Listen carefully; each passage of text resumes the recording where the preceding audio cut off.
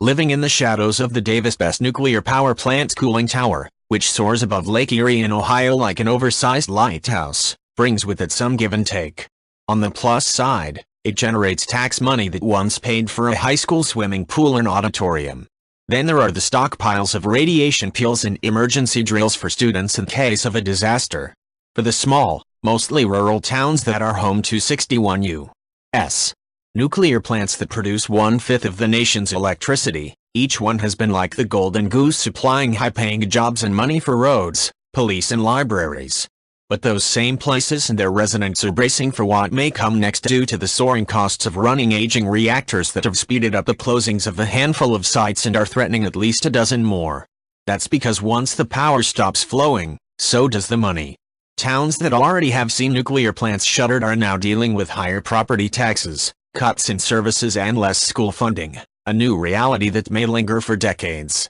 In Wisconsin, the tiny town of Carlton saw the source of roughly 70% of its yearly budget disappear when the Kewanee nuclear power plant closed 4 years ago.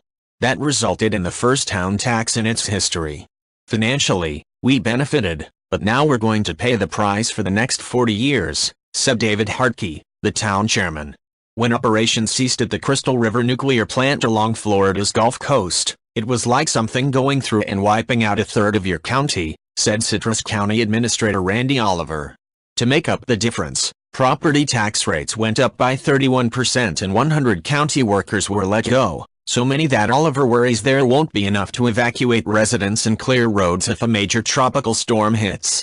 While the nation's fleet of nuclear power plants wasn't designed to last forever, closures are happening earlier than expected because repair costs are astronomical and it's harder to compete with cheaper natural gas-fired plants and renewable energy sources. The former head of the Nuclear Industries Trade Group said last year that economic pressures have put 15 to 20 plants at risk of a premature shutdown.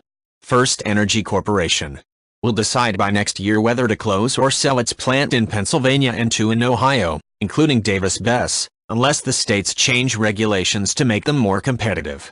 The uncertainty around Davis-Besse and a plan to lower its value caused the local school board to shelve plans to build a new elementary building for the district, which stands to lose $8 million a year without the plant. New Orleans-based Ant Energy Corporation, owner of the Palisades nuclear plant in Michigan, announced plans late last year to close in 2018 even though it has a license to keep operating another 14 years. How much the losses will add up to isn't clear yet, said Dennis Paljan, a township supervisor where the plant has operated since 1971. We're just in a state of limbo right now, he said, adding that plans to buy a new fire truck are on hold.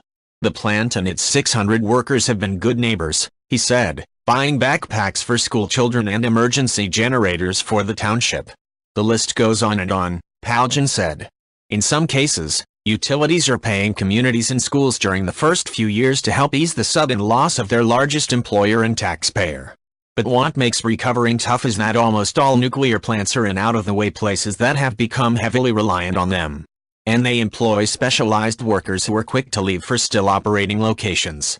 To make matters worse, many closed sites can't be redeveloped for new uses because they're still storing radioactive waste.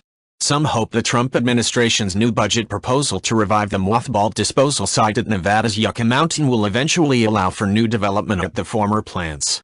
If you like this video, please leave a like and subscribe.